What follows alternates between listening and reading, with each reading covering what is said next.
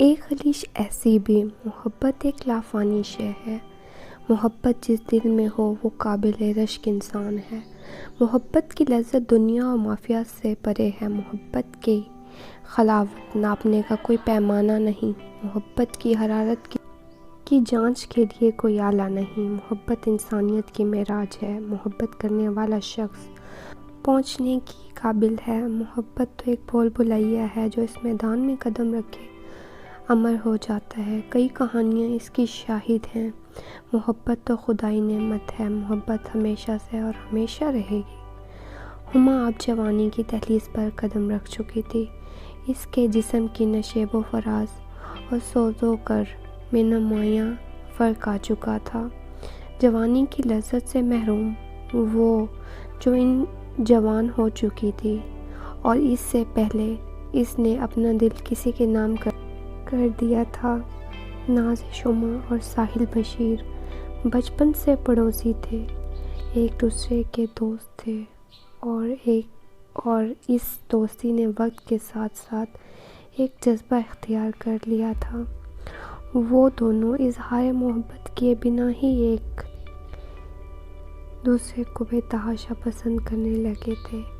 اب جب کہ وہ دونوں جوان ہو چکے تھے، ایک رات 10 بجے کے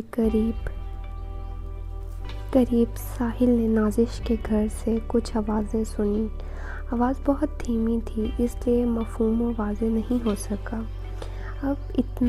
بس اتنا سمجھ آیا کہ کسی بات پہ مباحثہ ہو رہا ہے۔ وہ تڑپ کر رہ جاتا ہے، حالانکہ وہ جانتا ہے کہ یہ ایک عزت دار اور پیش امام کا گھرانہ ہے۔ اس گھر میں بسنے والے بے حد ادب اور آداب زندگی کو ملحوظ خاطر رکھنے والے لوگ ہیں، لیکن خلاف معمول آج یہ ان کے گھر سے آواز کیسی آ رہی ہے؟ ان آوازوں میں ساحل نے نازش کی روتی ہوئی آواز کو صاف پہچان لیا۔ اس سے فکر لاحق ہو جاتی ہے، بچپن سے آج تک یہ پہلی بار ہوا۔ اس گھر سے باہر آواز سنائی دی جاتی ہے، آج تک کبھی ایسا نہیں ہوا تھا۔ وہ سوچ میں پڑ گیا، کچھ کر بھی نہیں سکتا تھا۔ رات بھر بے چینی کے عالم میں گزار دی اور سو نہیں سکا تھا ایک پل کو بھی۔ ساحل جسے محلے میں وہاں 90% مڈل کلاس لوگ بستے تھے اور باقی 3rd کلاس والوں کی جھونپڑیاں تھیں۔ ایک ساحل کا گھر ہی ایسا تھا جو اس محلے میں بسنے والوں کے لیے علم بنا ہوا تھا۔ ساحل کے والد نے بھی اپنی زندگی کا آغاز یہیں اس گھر سے لیا تھا۔ خوب ترقی کر گئے تھے، مگر اس گھر سے ساحل کے لگاؤ اور محبت کی وجہ سے نہیں چھوڑ سکے، حالانکہ وہ خود یہیں کہیں اور ہائی فائی سوسائٹی میں اپنی رہائش کا اعلیٰ انتظام کر چکے تھے، مگر ساحل یہیں رہنے پر واجد تھا، تو اس کی ضد کی وجہ سے والدین نے وہیں چھوڑ دیا تھا۔ اب وہ آزادی کے ساتھ والدین سے دور اپنے کئی دوستوں کے ساتھ اس 4 منزلہ بلڈنگ پر رہ رہا تھا۔ اس کے کالج کی دوست بھی اکثر آتی اور کئی گھنٹے گزار کر چلی جاتی تھیں۔ یہ بات امام صاحب کو بالکل پسند نہیں آئی اور پولیس میں رپورٹ بھی کرائی، لیکن بیچارے امام صاحب کی ایک نہ چلی۔ بڑے لوگ تھے، پیسے سے پولیس کا منہ بند کروا دیا۔ ادھر امام صاحب اتنے بڑے رئیس نہ تھے کہ جگہ بیچ کر کہیں اور شفٹ ہو جاتے، مرتا کیا نہ کرتا، آخر گزارا کر ہی رہے تھے۔ بچپن سے ساحل امام صاحب کو بہت پسند تھا، لیکن وقت گزرنے کے ساتھ ساتھ جیسے ہی اب اس کی حرکتیں بدل گئیں تو امام صاحب نے بات کرنا بھی بند کر دیا۔ حالانکہ ساحل ہمیشہ کی طرح جہاں بھی امام صاحب کو دیکھتا تو سلام پیش کرتا، لیکن گزشتہ چند ماہ سے جواب بھی نہ مل رہا تھا۔ صبح ساحل اپنے گھر کے گیٹ پہ بے چینی کے عالم کھڑا شاید کسی کا انتظار کر رہا تھا کہ اپنے گھر کے دروازے سے باہر آتے ہوئے امام صاحب پر نظر پڑی۔ لپک کر سلام کرتے ہوئے خیریت بھی دریافت کی۔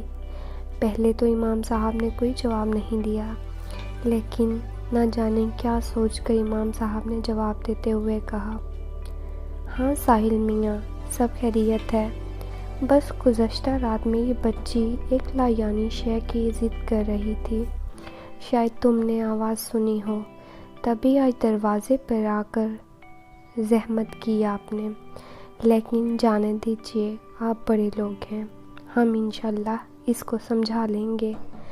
تبھی ساحل نے کہا، کس بات کی ضد کر رہی تھی؟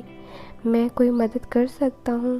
امام صاحب نے بہت صاف گوئی کرتے ہوئے کہا، دیکھو ساحل میاں، جانتا ہوں کہ آپ اور میری بچی ایک ساتھ بڑے ہوئے ہیں، آپ کو اس سے ہمدردی ہو سکتی ہے، لیکن اب آپ دونوں ہی جوان ہو گئے ہیں، اس لیے آپ اس سے دور ہی رہیں۔